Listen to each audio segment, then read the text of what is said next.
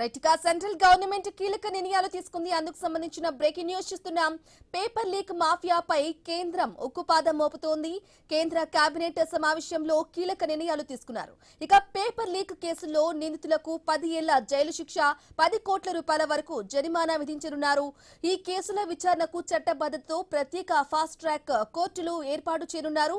ఇక కేసు నమోదు, దర్యాప్తు నుంచి 3 నెలల్లోనే తుది తీర్పు వెలువరించడం తప్పనిసరి చేయనున్నారు.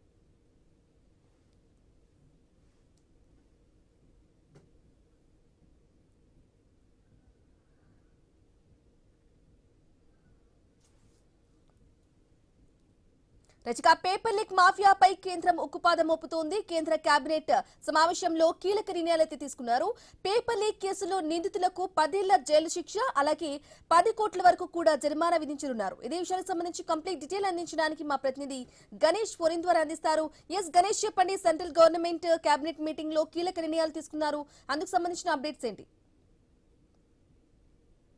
మంత్రి నరేంద్ర మోడీ అధ్యక్షతన న్యూఢిల్లీలో జరిగినటువంటి కేంద్ర కేబినెట్ సమావేశంలో దేశాభివృద్ధి, విద్యార్థుల సంక్షేమం, మౌలిక వసతుల కల్పనే ధ్యేయంగా ఈ సమావేశం జరగడం జరిగింది. అందులో ముఖ్యంగా ఏదైతే గడిచిన 5 రోజుల నుంచి ఢిల్లీ కేంద్రంగా జరుగుతున్నటువంటి సిజేపీ నిరసనలు ఉన్నాయో దాని మీద పలు అంశాల మీద చర్చించారు. ఇందులో పేపర్ లీక్ చట్ట సవరణ బిల్లుకు కేంద్ర కేబినెట్ ఆమోదం తెలిపింది. విద్యా వ్యవస్థలో పారదర్శకతను కాపాడడం కోసం లక్షల మంది విద్యార్థుల భవిష్యత్తుకు భరోసానివ్వడమే లక్ష్యంగా ఈ నిర్ణయాలు తీసుకున్నారు. ఈ కొత్త చట్ట సవరణ ప్రకారం పరీక్షల నిర్వహణలో అక్రమాలకు, పేపర్ లీకేజీలకు పాల్పడే వారిపై అత్యంత కఠినమైన చర్యలు తీసుకోబోతున్నారు. లీకేజీలకు పాల్పడేటువంటి వ్యక్తులు ఎవరైతే ఉంటారో వారికి ఏకంగా 10 ఏళ్ల వరకు జైలు శిక్ష విధించడంతో పాటుగానే 10 కోట్ల వరకు జరిమానా విధించే విధంగా నిబంధనలు ఇందులో చేర్చడం జరుగుతుంది. ప్రస్తుతం పార్లమెంట్ సమావేశాలు జరుగుతున్నటువంటి సందర్భంలో వచ్చే సోమవారం ఈ సవరణ బిల్లును ఆమోదింపజేసేందుకు కేంద్రం ప్రణాళికగా ముందుకు వెళ్తున్నట్లుగా తెలుస్తుంది. ఎందుకంటే దేశవ్యాప్తంగా నిరసనలు ఊపందుకోవడంతో కేంద్రానికి కొంత ఇబ్బందికరంగా మారడం, ముఖ్యంగా బీజేపీకి ఇబ్బందికరంగా మారడంతో దీన్ని కార్నర్ చేసి నిరసనలు తగ్గించే విధంగా, విద్యార్థుల్లో నెలకొన్నటువంటి వ్యతిరేకతను తొలగించే విధంగా ఈ సవరణ బిల్లును అయితే సోమవారం ప్రవేశపెట్టే అవకాశం కనిపిస్తుంది. దీంతో పాటుగానే ఎలక్ట్రానిక్, అదేవిధంగా సెమీ కండక్టర్ రంగానికి సంబంధించి భారతదేశంలో ఏవైతే ఉత్పాదక పర్యావరణ వ్యవస్థ ఉందో దీన్ని బలోపేతం చేయడం కోసం 1,27,500 కోట్లకు కేబినెట్ ఆమోద ముద్ర వేసింది. అదేవిధంగా దేశీయంగా మొబైల్ ఫోన్ల తయారీకి ప్రోత్సహించేందుకు సుమారు 60,000 ప్రత్యక్ష ఉపాధి అవకాశాలను సృష్టించేందుకు 62,500 కోట్ల బడ్జెట్తో ఈ కొత్త స్కీమ్ ను ఆమోదింపజేశారు. అదేవిధంగా రైతాంగం, వ్యవసాయానికి సంబంధించి కీలక నిర్ణయాలు తీసుకున్నారు. దేశీయంగా ఎవరైతే ఎరువుల కొరత ఎదుర్కొంటున్నారో యూరియాని ఉత్పత్తి చేసేందుకు నేషనల్ ఇన్వెస్ట్మెంట్ పాలసీ 2026కి గ్రీన్ సిగ్నల్ ఇవ్వడం జరిగింది. రైతులకు ఆర్థిక భరోసా ఇచ్చేలా వరి, జొన్నలు, అదేవిధంగా పత్తి, ఈ ఖరీఫ్ వంటి ఏవైతే మద్దతు ధర ఉంటుందో దాన్ని పెంచే విధంగా నిర్ణయాలు తీసుకోవడం జరిగింది. ఇంకా వారణాసిలో ట్రాఫిక్ సమస్యలను తగ్గించడానికి కొంత ఏవైతే 6/4 లైన్స్ ఉన్నాయో వాటి నిర్మాణానికి 10,998 కోట్లు మంజూరు చేశారు. ఇక ఢిల్లీ కేంద్రంగా ఏదైతే కాలుష్యం ఎక్కువగా ఉంటుందో పాత ట్రక్కులు, బస్సులను మార్చి వాటి స్థానంలో BS6 లేదా ఎలక్ట్రానిక్ వస్తువులను తీసుకురావడానికి 9,585 కోట్ల ఆర్థిక సహాయాన్ని కేబినెట్ లో ఆమోదించడం జరిగింది. ఈ విధంగా పలు కీలక నిర్ణయాల మీద కేంద్ర కేబినెట్ ఆమోద ముద్ర వేయడం, ముఖ్యంగా ఏదైతే కాక్రోచ్ జనతా పార్టీ నిరసనలు చేపట్టిందో దానికి అనుగుణంగానే కొత్త చట్ట సవరణని ఆమోద ముద్ర వేయడంతో దీని మీద సిజేపీ రియాక్షన్ ఎలా ఉంటుందో చూడాలి. ఎందుకంటే కేంద్ర నాయకత్వంతో ఇందాకే సిజేపీ ప్రతినిధులు భేటీ అయినా కూడా ధర్మేంద్ర ప్రధాన్ రాజీనామా మీద వారు పట్టుబట్టారు. ఇలాంటి కఠినమైన చట్టాన్ని ముందుకు తీసుకొస్తున్నా కూడా సిజేపీ మాత్రం మంత్రి విషయంలో వెనక్కి తగ్గట్లేదు. ఈ అంశంలో ఇంకా కేంద్ర కేబినెట్ లో కూడా ఎలాంటి నిర్ణయాలు తీసుకోలేదు కాబట్టి సిజేపీ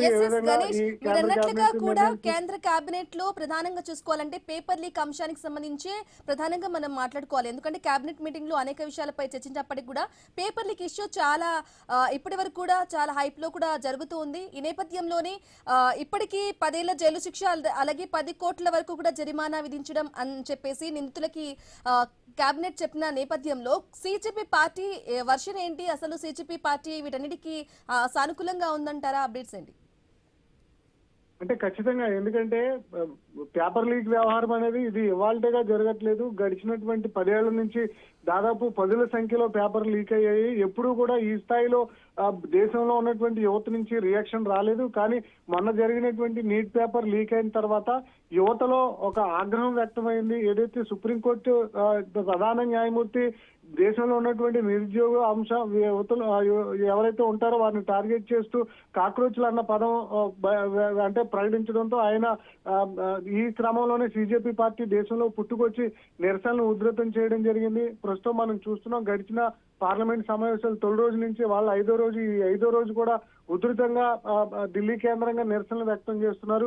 ఇదే క్రమంలో ఇది కేంద్రానికి ఇబ్బందికరంగా మారడంతో కేంద్ర కేబినెట్ లో ఈ అంశాల మీద చర్చించారు. పలు కీలక నిర్ణయాలు తీసుకున్నారు. ఈ ఏదైతే పేపర్ లీక్ వ్యవహారం ఉందో దీని మీద వేగవంతంగా విచారణ చేపట్టేందుకు ప్రత్యేక ఫాస్ట్ ట్రాక్ కోర్టులు ఏర్పాటు చేసి 3 నెలల కాలంలోనే నిందితులకి కఠినమైనటువంటి శిక్షలు విధించే విధంగా ముందుకు వెళ్తామని చెప్పి కేంద్రం ప్రకటించినప్పటికీ కూడా బీజేపీ ప్రతినిధులు మాత్రం ఈ విషయంలో వీటిని స్వాగతిస్తున్నా కూడా దీనికి నిర్లక్ష్యంగా ఉన్నటువంటి మంత్రి ధర్మేంద్ర ప్రధాన్నే రాజీనామా చేసి వాళ్ళ మీద చర్యలు తీసుకునే విధంగా ముందుకు వెళ్ళాలి అని చెప్పి కేంద్రంలో ఉన్నటువంటి పెద్దలను బీజేపీ పార్టీ కోరుతోంది. అయినప్పటికీ కూడా కేంద్రం మాత్రం ఈ చట్టాన్ని ముందుకు తీసుకొస్తూ మంత్రి విషయంలో మాత్రం స్తబ్దుగా ఆత్మరక్షణలో పడ్డట్లుగా వ్యవహరిస్తోంది. ప్రధాని మోదీ అర్ధరాత్రి ప్రధాని మోదీ చెప్పిన విధంగా కూడా పేపర్ లీక్ అంశాలకు సంబంధించి ఎవరైతే నిందితులు ఉన్నారో వారందరికీ కఠిన చట్టాలు కూడా తీసుకొస్తాం అన్న విధంగానే కేబినెట్ మీటింగ్ లో ఆ రకంగానే సానుకూలంగా వెళ్ళిందంటారా? ఖచ్చితంగా ఈ కేబినెట్ విషయంలో విద్యార్థుల భవిష్యత్తు అంశం మీద ఎక్కువగా ప్రాధాన్యత ఇచ్చారు. ఎందుకంటే దేశవ్యాప్తంగా కూడా కేవలం ఢిల్లీకే పరిమితం కావలేదు, అన్ని రాష్ట్రాలకు బీజేపీ నిరసనలు పాకడం జరిగింది.